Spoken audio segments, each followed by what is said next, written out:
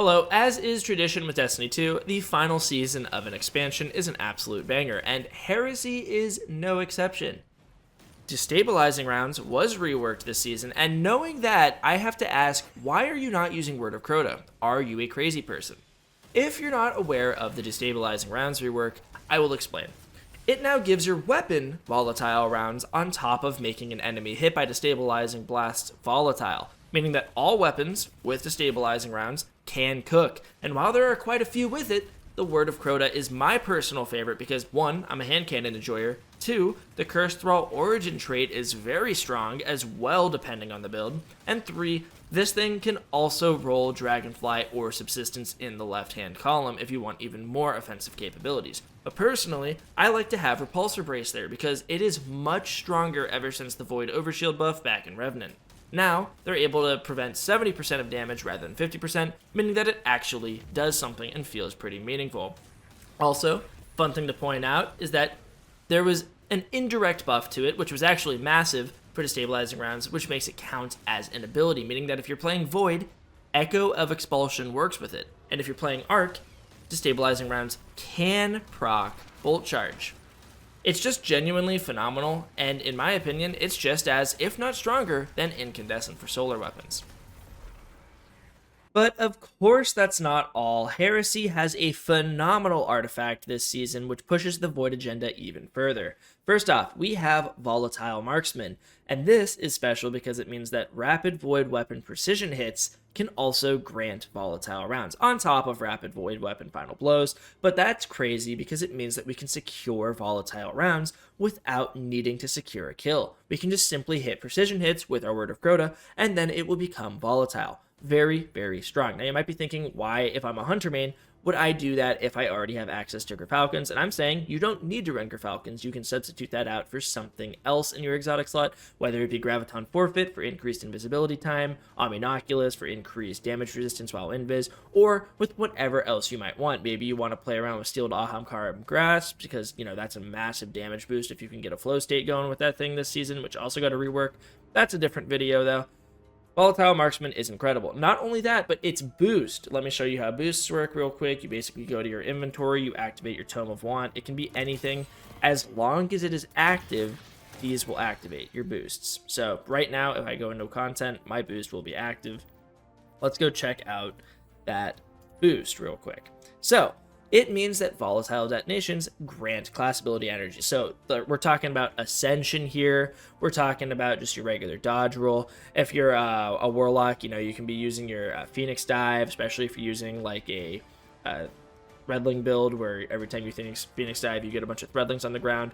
Anytime you're using your Bolt Charge Titan builds right now, where you throw down your Barricade and generate a ton of Bolt Charge, is going to be very strong for that as well. Just really strong all around for the first or second column. Volatile Marksman goes hard.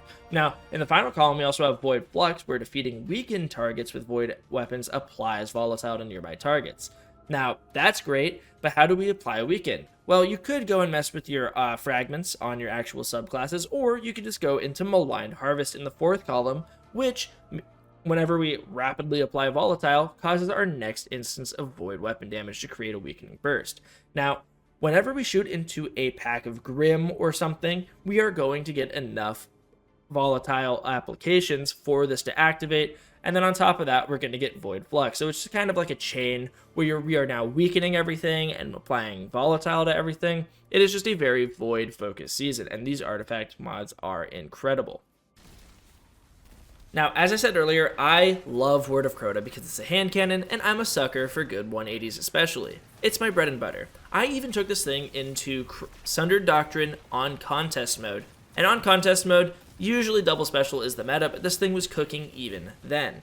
But there is another raid weapon I'm looking at that can cook just like this in theory.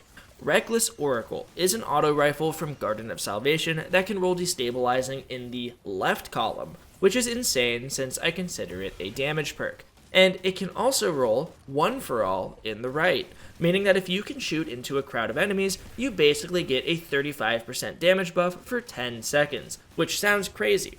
Unfortunately, I have not tried this out in practice as I have not farmed Garden of Salvation since its loot was reprised, but I may do that this week because I really want to get my hands on this auto rifle. If you have one of these already though, please let me know in the comments below how it's going for you with this season. I for one am very excited for it. But if you aren't one for raiding, 1, you should watch my Twitch streams and talk in chat because we are happy to take people in chat through raids, but 2, don't worry because there is a bow this episode called Anamnesis, which can roll Destabilizing in the right column, and you're spoiled for choice in the left with Archer's Tempo, Repulsor Brace, and even Dragonfly, so this thing is cracked in theory. The downside though is that I don't think you can actually acquire it right now. I believe there was a bug on season launch where people could acquire it through playing Nether, but it's actually supposed to be a weapon that comes out in a later act. Feel free to correct me if I'm wrong though, I'm just trying to find it in collections and can't, so I can't get any good infographics on it unfortunately, but if you can get your hands on a masterworked variant of this bow, it can roll with the Runneth Over origin trait, which should make this bow even stronger. I am also very excited for this when it comes out.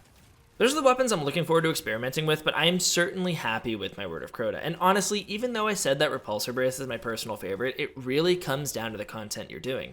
For non-master and non-contest mode content, I'd honestly prefer Subsistence, just so I can keep shooting for longer, or Dragonfly for more dopamine on the explosions.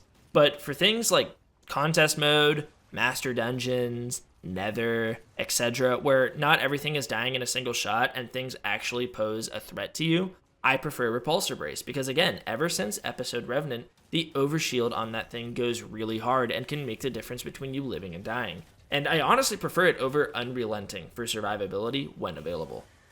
But yeah, that's my sales pitch on one of the sexiest weapons in the game. You can't beat the sound design on this thing, and it handles like a dream, so bust out your Word of Crota and get to work. Honestly, it's more of a sales pitch on destabilizing rounds this season because, I mean, oh my god, it's just so strong. But, you know, Word of Crota. Any kind of glazing I can do for Word of Crota, I will absolutely do it.